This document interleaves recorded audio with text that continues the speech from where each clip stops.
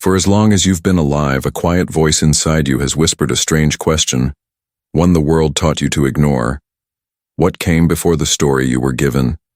Because deep beneath the familiar tale of Adam and Eve, beneath the polished version repeated in pulpits and classrooms, there is a fracture, a missing piece, a silence so deliberate that you can almost feel the edges where the truth was cut away.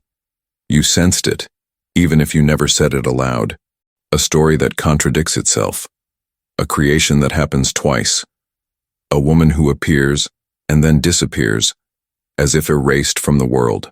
Tonight, we open that forbidden page again.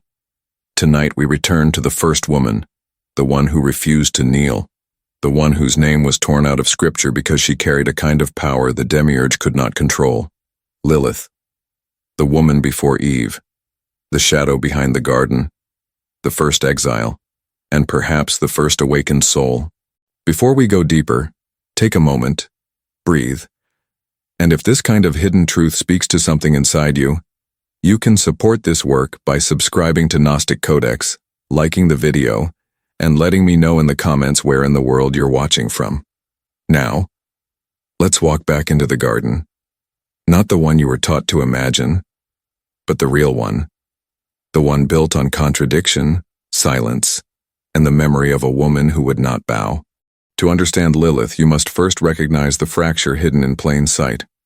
A fracture so obvious that the only way to preserve the official story was to teach people not to notice it, because the Bible does something peculiar, something no sacred text should ever do if it wishes to appear seamless.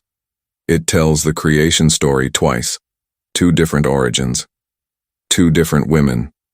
Two different theologies stitched into one narrative. Genesis 1 declares, male and female he created them. Together, simultaneously, equal. Two beings crafted from the same earth in the same moment, reflecting the same divine image. No hierarchy, no subordination, no rib, just equality. But turn the page, and suddenly, everything changes. Genesis 2 paints a different world. Adam alone formed first, a garden built for him, creatures brought before him for naming, no partner suitable for the man. And then, Eve, not from earth, not from the same substance, not a twin, but a derivative, taken from Adam's sleeping body, given shape while he is unconscious, introduced not as an equal but as a helper. Two stories, two women. Two origins that cannot coexist without revealing the truth. Someone was removed. Someone whose very existence threatened the system the editors wanted to protect. Ancient scribes tried to seal the fracture by blending both accounts into a single narrative, hoping no one would notice the seams. But the seams remain, and through them the lost name still breathes. Lilith. The first woman, the equal, the one who would not kneel. Her omission is not an accident, it is an erasure, a theological operation designed to bury the idea that woman was ever created with equal authority, equal sovereignty, equal divine reflection. Because if equality existed in the beginning, domination could never be justified, and that is the root of this entire story. Lilith's removal is the foundation on which thousands of years of patriarchal order were built. Gnostic texts preserve the whispers. Jewish mysticism retains the shadow. Sumerian tablets hold the earliest echoes of her name. But Genesis tries to silence her.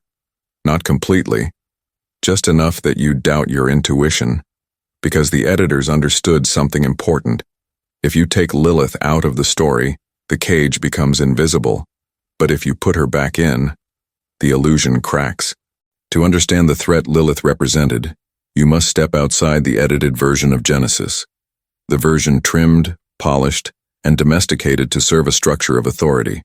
Because before the editors touched the text, before the scribes reshaped the myth into something safe and controllable, Lilith was not a demon. She was not a seductress. She was not the nightmare painted by later theology. She was equal to Adam, created from the same earth, in the same moment, with the same divine spark. Not derivative, not secondary, not made to serve, but made to stand beside. The earliest versions of the story describe it plainly. No metaphor, no ambiguity. Lilith and Adam were partners, two beings formed in perfect symmetry. And that is exactly where the problem began. Because when equality meets ego, conflict is inevitable. The ancient texts, especially the alphabet of Ben Sira, preserve the moment when harmony fractures. Lilith refuses to lie beneath Adam, not just sexually but symbolically. Position was hierarchy. Position was dominance. Position was theology. Her refusal was a declaration. I will not exist below you when we were created as equals. This was not rebellion. It was recognition.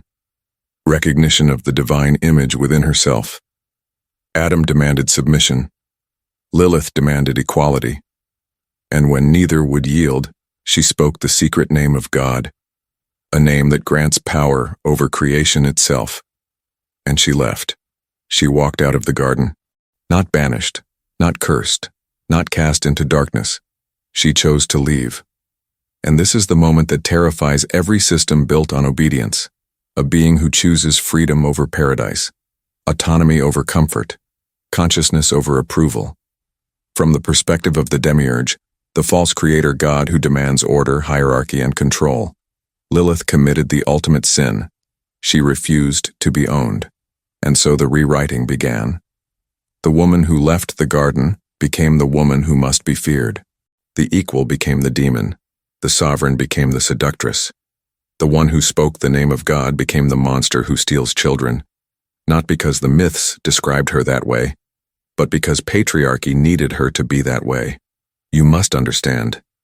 No system of control can allow an origin story where the first woman walks away, where the feminine holds equal divine authority, where the human soul chooses truth over dictated order. So Lilith was exiled not just from Eden but from Scripture itself. She was erased, which is always the fate reserved for those who reveal the illusion of the cage. But in Gnostic memory, she never vanished. She became a symbol, not of evil, but of the unbroken feminine, the part of consciousness that refuses submission, that will not bow to the Demiurge's order, that chooses sovereignty even when the cost is exile. Carl Jung saw this clearly. He recognized that Lilith is not a monster.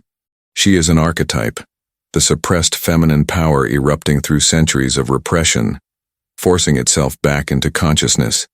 And she returns now because something in humanity is remembering that before Eve, before the rib, before the rewritten myth, there was Lilith. And she chose freedom. Once Lilith walked out of Eden, a problem emerged, not for God, but for the men who would later claim to speak in his name. Because if the first woman chose freedom, if she refused hierarchy, if she walked away from the first man and the first paradise with her power intact, then every justification for female submission collapses instantly. So begins one of the oldest acts of ideological manipulation in history. Don't erase the story. Erase the woman. That is how systems survive. The editors of Genesis did not simply remove Lilith. They engineered a replacement, a woman who would not question. A woman created after the man, from the man, for the man. A woman who literally awakens into existence with the expectation that her purpose is already predetermined. Eve is introduced not as a partner, but as a solution, a corrective measure after Lilith refused to obey. And once Eve takes Lilith's place, the narrative becomes cleaner, simpler, controllable. Man first, woman second, hierarchy established, order restored. But erasing Lilith from the official story was not enough. A deleted character can still survive in memory. So the scribes went further. They turned her into a monster. They crafted tales where she becomes the queen of demons. They gave her wings, claws, and an appetite for children. They painted her as a seductress, a witch, a night terror. Every fear that patriarchy projects onto the free feminine was placed into her mythic body. Because if a woman claims autonomy, she must be a threat. If she names herself equal, she must be dangerous. If she refuses submission, she must be evil. Demonization is always the language of fragile authority. Ancient societies spread warnings. Beware of Lilith. She steals infants at night. She seduces men. She brings chaos. But Jung, reading these texts through the lens of the unconscious, asked a different question. Who actually feels threatened by a woman who cannot be controlled? The answer is simple: those who benefit from control. Lilith was demonized not because she endangered humanity, but because she endangered the narrative. A free woman at the foundation of the world disrupts the entire architecture of patriarchal religion. She exposes something the Demiurge could never allow: that the human soul was born sovereign, that obedience was never the original state, that paradise was not lost, it was left. Lilith is dangerous precisely because she is not evil. She is the truth that contradicts the myth. And the greatest threat to any system of control is the memory of an alternative. You can imprison a population only if they forget that freedom ever existed. So Lilith had to be rewritten, buried, cursed, transformed into a nightmare. Yet the eraser was imperfect. A name survived in Isaiah. A whisper persisted in Jewish folklore. A shadow moved through medieval demonology. A figure appeared again in Sumerian clay tablets, older than the Bible itself. A trace, a seed, a fracture in the illusion. Because what is repressed does not vanish, it waits. It gathers force in the collective unconscious. And eventually, inevitably, it returns. Jung said that what we demonize outwardly is often what we fear inwardly. And Lilith is the returning shadow, the feminine power that patriarchy tried to bury, tried to shame, tried to kill, but could never fully eliminate. For thousands of years, her story was weaponized to keep half of humanity small and the other half afraid. Yet here we are now, remembering her, not as a demon, not as a warning, but as the first being in Scripture who recognized the difference between divine authority and false authority, and walked away. Carl Jung did not discover Lilith. Lilith found him. She appeared in his dreams, in symbols, in visions, in the manuscripts he studied from forgotten corners of the ancient world, not as a demon, but as an interruption. The eruption of a truth the Western mind had buried for centuries. Jung saw immediately what theologians could not afford to admit. Lilith is not just a mythic woman. She is an archetype, the return of everything patriarchy tried to silence. She is the autonomous feminine, uncontrolled by dogma, untamed by religious order, untouched by the expectations of the Demiurge and his priests. Where Eve represents the domesticated feminine, obedient, compliant, reshaped into a helper, Lilith represents the part of the psyche that says, "No, I belong to myself." And this, Jung recognized, is exactly why she had to be turned into a monster. In Jungian terms, Lilith is the anima in her sovereign form, not the gentle, nurturing muse romanticized in patriarchal psychology, but the creative, sexual, visionary force that refuses to be mediated by rules. She is the feminine that breaks structures, shatters illusions, and leads consciousness into forbidden territory. The churches were terrified of this figure.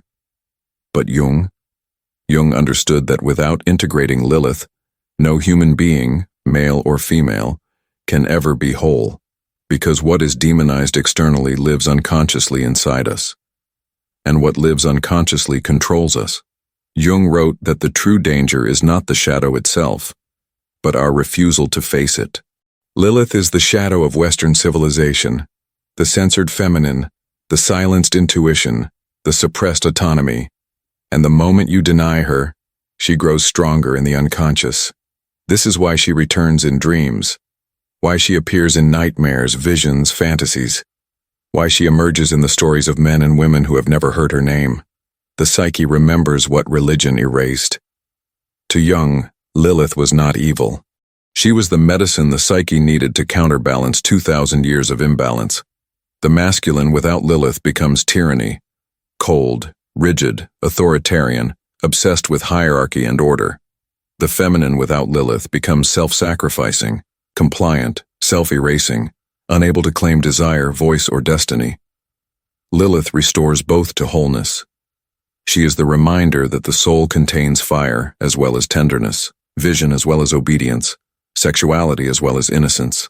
She is the force that leads consciousness out of Edenic ignorance and into the wilderness of self-awareness. Jung saw something else too, something the ancient Gnostics sensed long before him. Lilith represents the soul's rebellion against the Demiurge, against any power that claims authority over who you are allowed to be. She is the refusal to accept a world built on someone else's definition of truth. She is the whisper inside you that says, "You are not created to kneel." Jung found in Lilith a key to the psychological imprisonment of the modern world. He saw that patriarchy didn't just control women, it controlled everyone by suppressing the part of the psyche that challenges illegitimate power. The more Lilith was demonized, the more humanity became obedient. And this is why she returns now. Not as a demon, but as a correction. Her reappearance in culture, spirituality, dreams, and consciousness is not random. It is a symptom of a deeper awakening. The psyche is trying to heal. The collective is trying to remember. And the first thing returning from the shadow is the feminine that was exiled at the dawn of civilization. Lilith, the one who walked away from paradise because she refused to abandon herself. To understand why Lilith had to be erased from the official story, you must understand who she defied. Not Adam, not men, not human authority. She defied the Demiurge, the false creator god, the architect of the material world, the ruler who mistakes his limited kingdom for the fullness of the divine. In Gnostic cosmology, the Demiurge governs through hierarchy, through obedience, through roles assigned, not chosen, through the belief that the garden, a controlled, curated environment, is paradise. But Lilith saw the truth. A paradise that requires your silence is not paradise. A god who demands submission is not the source. A world where equality is forbidden is not creation, it is containment. The Gnostics described the Demiurge as blind, arrogant, claiming divinity it never had. And humanity, carrying the divine spark of the true source, was meant to serve him, to remain unaware of the worlds above him, to live small and obedient. Lilith refused this immediately. She is the first being in the biblical narrative to reject the Demiurge's hierarchy, the first to walk away from the reality he constructed, the first to choose truth over comfort, freedom over illusion, consciousness over obedience. And this is where her story intersects with the Gnostic myth of Sophia. Sophia, too, defied the Demiurge. She created without permission. She sought knowledge beyond limits. She acted from her own essence, not from the roles assigned to her. Both were punished. Both were demonized. Both were cast into realms of suffering, but both held onto something the Demiurge cannot tolerate: self-originating will. For the Gnostics, the greatest heresy was not believing in the wrong god, it was refusing to submit. Lilith embodies that refusal. She is not the enemy of creation. She is the enemy of false creation, the system designed to keep the divine spark asleep. In some esoteric traditions, Lilith is even said to be the one who sends the serpent back into the garden, not as a tempter, but as a liberator. The serpent in Genesis, the most demonized creature in Western religion, is described in many Gnostic texts as an emissary of wisdom, a symbol of awakening, a challenger to imposed authority. Eve's awakening, then, was not a fall. It was a continuation of what Lilith began. Both women resisted the Demiurge's order. Both chose the path of knowing. Both left the garden out of consciousness, not rebellion. And this is the truth that institutions could not allow. If the first human acts in Scripture are acts of awakening, then obedience is not humanity's natural state. Lilith exposes the illusion. Eve completes the initiation. Humanity enters the world aware, not deceived. This is why both women were rewritten, one erased, one blamed, because if the story began with chosen awakening, the entire machinery of religious authority would collapse. In the Gnostic view, Lilith is not a demon. She is the first Gnostic, the first seeker, the first rebel, the first soul to say, "I will not worship what is not truly divine." She stands with Sophia, with Eve, with every figure in myth who leaves the safety of the garden to seek the real God. And this is the danger she poses even now. To remember Lilith is to remember that no authority, earthly or heavenly, has the right to define the limits of your soul. The Demiurge thrives on fear. Lilith thrives on clarity. The Demiurge creates order. Lilith exposes its bars. The Demiurge demands obedience. Lilith demands truth. This is why she returns now, as consciousness rises, as people question the stories they were handed, as the divine feminine awakens again in the psyche of the world. Lilith is not calling you to rebellion. She is calling you to remembrance. Remembrance that you were born equal, born sovereign, born with the spark of the pleroma within you, and no false creator has the right to dim it. Lilith was never destroyed. She was never banished from reality, never confined to the margins of myth where the Demiurge's scribes tried to bury her. She simply moved into the one place no institution could reach, the human unconscious. For thousands of years, her name survived like an ember in the dark, and Jung recognized what this meant. What is buried in myth will rise again in psychology. And now, it is rising. You can feel it everywhere, in the collective unrest, in the questioning of inherited stories, in the refusal to accept roles that shrink the soul. Women reclaiming autonomy that was denied to their lineage, men meeting their own inner feminine without fear or shame, and humanity as a whole beginning to sense the faint outline of the cage it was born inside. This is the return of Lilith. Not as a demon, not as a seductress, not as the nightmare of patriarchal imagination, but as the forgotten face of the divine feminine, the one that refuses to kneel. Her story is not about gender. It is about consciousness. It is about the part of every human soul that knows the difference between legitimate and illegitimate authority, between paradise and imprisonment, between obedience and awakening. Lilith returns now because the world has reached a breaking point. People feel the pressure, that invisible weight that pushes them to conform, to obey, to stay small.